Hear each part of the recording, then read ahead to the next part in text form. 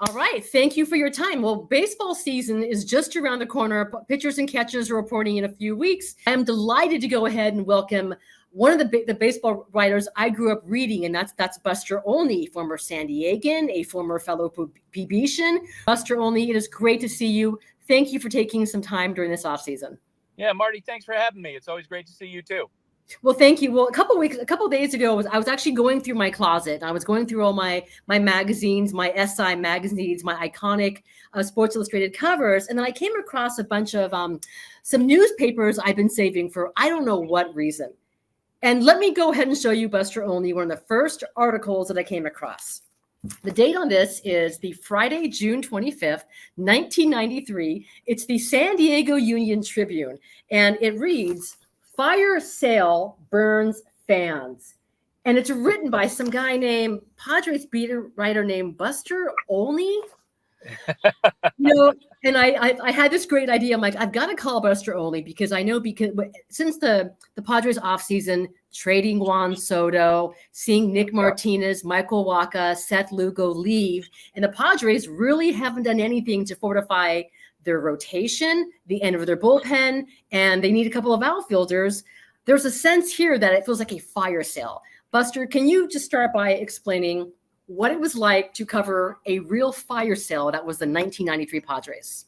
Yeah, that was a mind bender. They had a Rule 5 pick.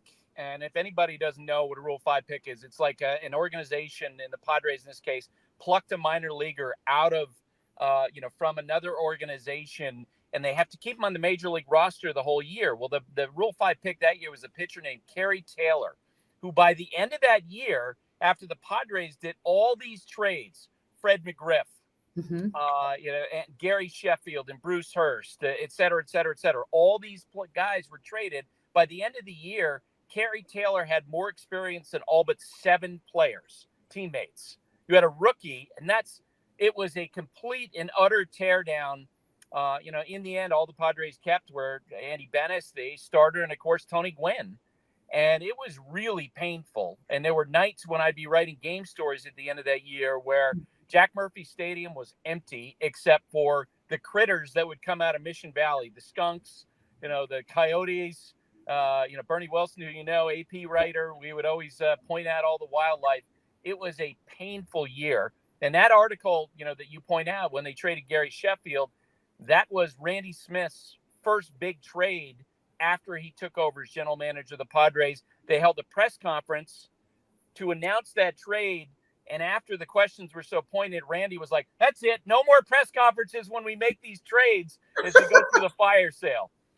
That was the whole value for value comment, right? But we didn't know at that time that Gary Sheffield ended up turning into one of the most popular, one of the greatest Padres of all time in Trevor Hoffman. But listen, I remember how angry San Diegans were because Tom Werner, who at that time self-proclaimed was one of the richest ownership groups in San Diego. It was like Tom Werner and the Group of Five. I forget what they used to call themselves, but they had broken up one of the most popular Padres teams of all time. The previous year, I believe, that All-Star game was in San Diego, right? Yep. And you had the 4 tops. You had, was it Tony Fernandez, Gary Sheffield, Tony Gwynn, and Fred McGriff, and then they blow this team up. How did they even try to go ahead and sell this to their fan base back then? Well, one of the stories I heard was that as they were having success in 92, there was one of the minority owners was in the press box and talking to one of my colleagues, and he goes, and the team was playing well, and the fans were getting jacked up at Jack Murphy Stadium. Literally in the middle of a game, this minority owner said to this writer, "My God, this team is going to be so expensive next year." And that was a sign of what was to come. And essentially, Tom Werner, the way that he talked about it was, we just can't afford to put together a team like this. And so that offseason, they told Joe McIlvaine, the general manager at the time, they had to he had to go out and trade these players. And in that spring, under orders to trade Gary Sheffield and Fred McGriff, McIlvaine said, "No, I'm not doing it." And so that's when they basically fired him. They brought in Randy Smith. Randy had to make that trade on the run. And you're right. My sports editor at that time was Bob Wright, and he called me in after I wrote a couple stories about the young players the Padres getting in return. And he was like, "You know what? You're being too positive. This is too much of a teardown." And I was like, no, I hear this Trevor Hoffman. He has a really good arm. He was taken in the, the expansion draft. No, you got it. Like, he was not happy because from his perspective, a fire sale where you tear down a major league team that looked like a contender was something that we needed to attack very hard.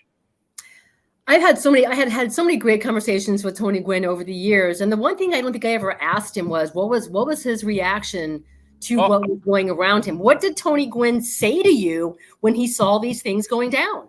So, as Tony took his responsibilities seriously as someone who would essentially speak directly to fans. Yeah. And the day after they traded Fred McGriff, which was at the end of July, I remember going to Jack Murphy and seeing Tony in the clubhouse. He said, "You want to talk to me, right?" And he led me down and we talked alone, one-on-one, for 45 minutes. And, on one hand, Tony loved playing in San Diego, obviously made that choice over and over and over again. But for him, as someone who is really competitive, it was hard. Mm-hmm. And you could see that. He understood what they were trying to do. He knew it was, that they were going to aim to get some young players in and to take a big step forward with some of the young pitching they were collecting at that time. But that day, Tony was mad. It was one of the maddest, moments where I actually saw this really happy, person who loved being at the ballpark, really angry about what was taking place with the Padres. What was the closest you think Tony ever asked to being traded to leave the organization? Boy, I never heard anything like that. And the way that you said that, I wish I had asked him that. Did you ever go to them? My sense was, because Tony and I would have conversations about his contract and the flack that he would get from the Players Association for taking team-friendly deals, and his angry conversations with Gene Orza, who was the general counsel. Tony would tell me all that, but his feeling was, this is where I want to play. I love playing here. I'm happy here and having success. But I never specifically asked him that question that you just raised. Did he ever go to them and say, you know what, enough is enough? I certainly didn't get that sense during the fire sale that was his mindset. What's been the biggest fire sale that you've covered in baseball since that particular Padres team? It's not even close, that one. The Padres were a contender in the National League West at that time, and then you trade star players like that. I think the part that, I always wish for Randy Smith's sake that he got more credit for what they got, right? Not only do you get Trevor Hoffman, but you get Brad Ausmus, you get pieces that became part of that huge trade they made with the Houston Astros. What was it, 12 players in the end? Right. And those pieces helped them make the World Series in 1998. But that was a huge teardown from where they were. And it's a sign, I think, of where a lot of small market teams have gone since then, where they basically feel like, look, if we can't compete, we're going to tear it down to the bone. Last February, when I was in Padres spring training, and the late, great Padres owner Peter Seidler stood up there with Eric Rupner, and they took questions from a lot of local and national media about how sustainable it was what the Padres were doing. What do you make of the cost cutting the Padres have had to do since Peter passed during this offseason? And is any of it surprising to you? It's not surprising to me. Marty, when they signed Machado, I was really, really critical of that signing because my question was, having covered the fire sale, is this something that's going to last? Or is there going to, at some point, be a major reckoning? Now, Peter Seidler and I had a conversation at Petco a couple of years ago. We're standing behind home plate, and he told me, nope, we're good. We're fine. Clearly, the direction has changed when you're talking about September. Now the question is, the Padres have done such a great job of developing this incredible atmosphere at the ballpark, getting people out to the ballpark. They have a ton of support. As they move forward, will they retreat with their payroll back to where most small market teams are, or will they hold it in the $200 million range? I am concerned for the franchise, having lived there, having seen all that, and having heard a lot of voices from other teams as they signed Machado, as they, signed other guys to long-term deals, as they traded for one. Yeah, they traded for Juan Soto. Folks with other teams are saying, this just can't work. This is not going to last. We'll see. It's that responsibility is now on the shoulders of the Padres owners. I would still remind people, this is still a very competitive payroll when all is said is done. And they still have, I think, a little bit more money to spend. They still need some starting pitching. They need a couple outfielders. I don't think, as great as Tatis is, he can't play the entire outfield. I think last spring, I think Preller signed Michael Wacha late in camp, and so I expect them to go ahead and find those sort of names. But how competitive do you expect the Padres to be with Machado, with a motivated, healthier Tatis who had a full winter off season to go ahead and really prepare playing winter ball with Xander Bogaerts? How competitive can they be in a much improved division? I think they're in the middle of the National League. And look, the Diamondbacks demonstrated last year how far they can get you, right? You can make it to the World Series with 84 wins. And the Padres clearly underperformed last year. Yep. So if you were to tell me, and you're right to couch it the way that you did. We're sitting here. They haven't made all their moves. If you were to tell me that the Padres generated 83 to 85 wins and made the playoffs, that wouldn't shock me. Do I think that they're the juggernaut that caused folks like myself to pick them to win the World Series last year? No, I don't see that, especially with the Dodgers in the division, with everything that they've done, spending over $1 billion with the Diamondbacks. Those two teams in particular, I think it's going to be tough for the Padres, but we'll see. What did the Padres lose or gain going from Bob Melvin to Mike Shildt? I'm not sure if I've really quite understood why the St. Louis Cardinals moved on from Mike Shildt, why they did not continue with him as their manager. But what does he bring to this Padres team? Well, first off, as you know, because you've talked to him, he's got a very even-keeled personality. Yes. He's someone who's going to be very, steady day to day. I haven't asked Bob this question. I feel like he wasn't very happy at all. And that really seeped down. The relationship between AJ and Bob was the worst kept secret in baseball. Everybody knew it. Everybody knew that it was an issue. There was an expectation that Bob was not going to return as their manager, even after there was that brief announcement that he was. So at least they'll have that behind them. My question going forward is, how much of a backing does AJ, with the payroll coming down, how much of a backing does he have for ownership? Given where his contract is. We'll see as the season plays out. If they have opportunities to make moves, if they have opportunities to grow and be competitive in the second half of the year, will he have the sort of carte blanche that he had under Peter? I don't think so. But you know what? Time will tell.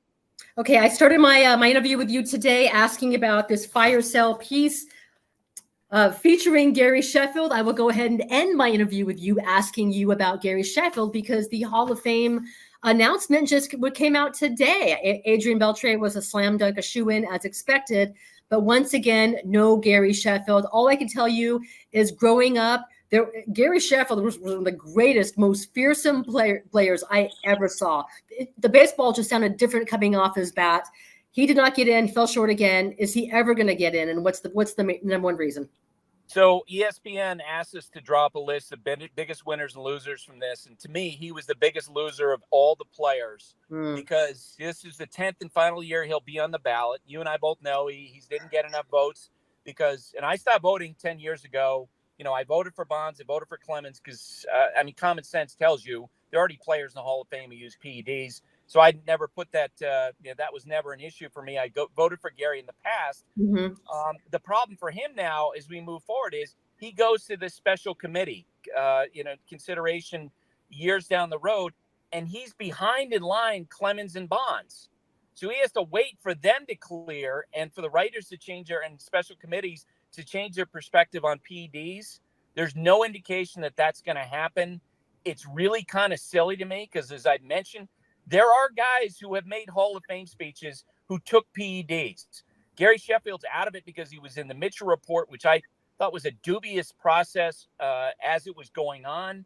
It's terrible. Part of the reason why Sheffield, Clemens, Bonds are not in the Hall of Fame is not because they were that different from a lot of their peers who were taking PEDs, but you know what? They were the best.